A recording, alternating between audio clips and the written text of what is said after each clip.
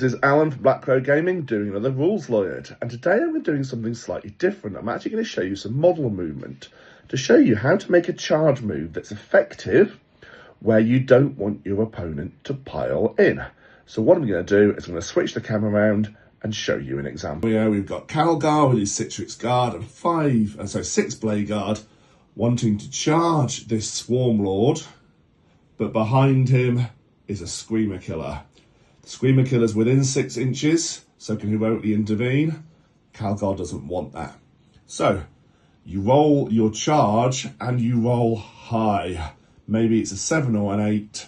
And what that means is that this model here, now bear in mind you have to base if you can. If he moved his furthest and based, he's within 6 inches of that Screamer Killer and will get heroically intervened. So, let's look at the rules. How can you avoid that?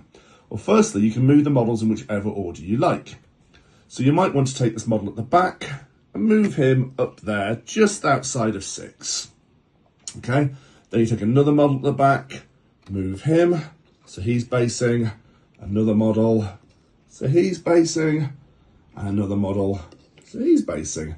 That's fairly standard. Most people know that you can block off basing by doing that. Now, the problem is this guy here at the end can still make it to that space, so he can still base.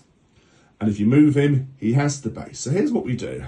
This guy, we're going to move down here. He can't base because he can't quite make it. So he's going to go there to make sure that guy's in coherency. The rest of the unit are going to move down. And they're going to move where they want to move. They can't base, they're okay.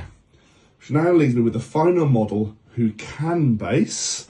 But let's look. If I move him to base, he's out of coherency.